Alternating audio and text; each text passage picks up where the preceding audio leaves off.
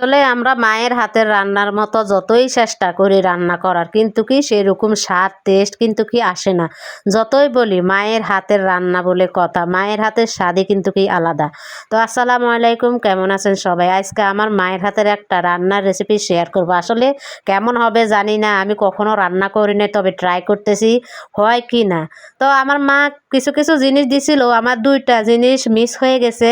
তারপরও আমি চেষ্টা করে গেছি আমার মায়ের মতো করে রান্না করতে। তো দেখতে থাকুন কিভাবে রান্না করতেছি। এই যে কচুর ফুল, আগে কিন্তু কচুর ফুল নিয়ে নিয়েছি। আসলে এই কচুর ফুল কিন্তু আমি তুলি নাই, আমি কাটি নাই। আমার প্রতিবেশী একজন নিয়েছে রান্না করার জন্যে, সে রান্না না করে তারপরে আমাকে দিয়েছে রান্না করতে। তো আমি ভাবলাম যে আমি তো কখনো রান্না করি না, কিভাবে রান্না করব। তারপরে ভাবি বললো এভাবে এভাবে রান্না করেন, তারপরে খেতে খুব খুব ভালো লাগবে। তো ভাবির পরামর্শ অনুযায়ী, আমার মায়ের দেখা অনুযায়ী আমি চেষ্টা করলাম। প্রথমে আমি একটু পানি গরম বসালাম, পানিটা গরম বসিয়ে তারপরে কচুর ফুলগুলা দিয়ে দিছি সিদ্ধ হতে। সিদ্ধ হতে দিয়ে তারপর যখন একটু নরম হয়ে গেছে, তার মধ্যে কিন্তু কি আমি দিয়ে দিছি স্বাদ মতন লবণ, আর এখানে আমি অনেকখানি কিন্তু কি রসুন, পেঁয়াজ, কাঁচামরিচ দিয়ে দিছি। আসলে এসব রান্নাতে কিন্তু কি রসুনটাই বেশি লাগে। তো আমি এখানে পেঁয়াজের পরিমাণটাও বেশি দিছি, রসুনের পরিমাণও বেশি দিছি, কাঁচামরিচের পরিমাণটাও বেশি দিয়েছি। কারণ একটু ঝাল ঝাল না হলে কিন্তু কি ভালো লাগবে না। তারপরে একটু দিয়ে দিলাম হলুদের গুঁড়া, দিয়ে এখন হালকা একটু নাড়াচাড়া করতেছি। আসলে আমার ফ্রাই প্যানটা একদম ভরে গেছে, নাড়াচাড়া করতে পারতেছি না। তাই কি করলাম, অল্প একটু নাড়াচাড়া করে আমি ঢাকনাটা দিয়ে দিলাম। ঢাকনাটা দেওয়ার পরে কিন্তু অনেকটাই কমে যাবে। তো এই ফুলটা কিন্তু কি বর্ষাকাল আসলে কিন্তু কি হয়, অন্যান্য সময় কিন্তু কি পাওয়া যায় না।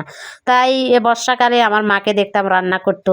তো এই যে দেখতে পেলেন কি সুন্দর নরম হয়ে গেছে। আসলে খুবই অল্প সময়ের ভিতরে কিন্তু কি সিদ্ধ হয়ে যায়। আমার কিন্তু জানা ছিল না যে এত দ্রুত সিদ্ধ হয়ে যায়।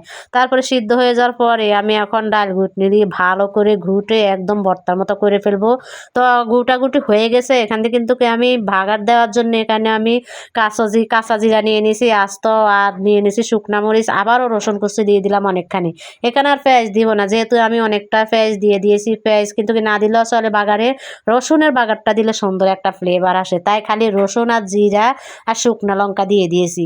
দিয়ে এখন বাগার ঢেলে দিলাম। আসলে বাগার ঢালতে পারছি না, আমার ছোট স্ট্যান্ডটা ভেঙে গেছে, তাই হাতে ধরে কিন্তু কি ভিডিও করতে হয়।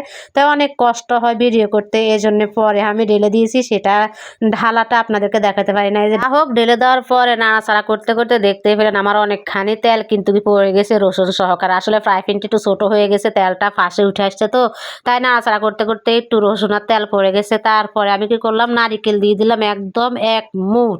মুঠের মধ্যে যতখানি ধরে ততখানি আমি দিয়ে দিয়েছি। দিয়ে নাড়াচাড়া করে এখন শুধু লবণটা দেখে কিন্তু কি নামিয়ে ফেলবো। এই ফুলের মধ্যে কিন্তু কি দেওয়ার মতন আর কিছুই রইলো না, আমার কিন্তু কি রান্না হয়ে গেছে। তো ভিডিওটা আজকের মতো এই পর্যন্ত। যদি ভিডিওটা ভালো লেগে থাকে অবশ্যই লাইক কমেন্ট শেয়ার করে পাশে থাকবেন। সবাই ভালো থাকুন, সুস্থ থাকুন, আল্লাহ হাফেজ।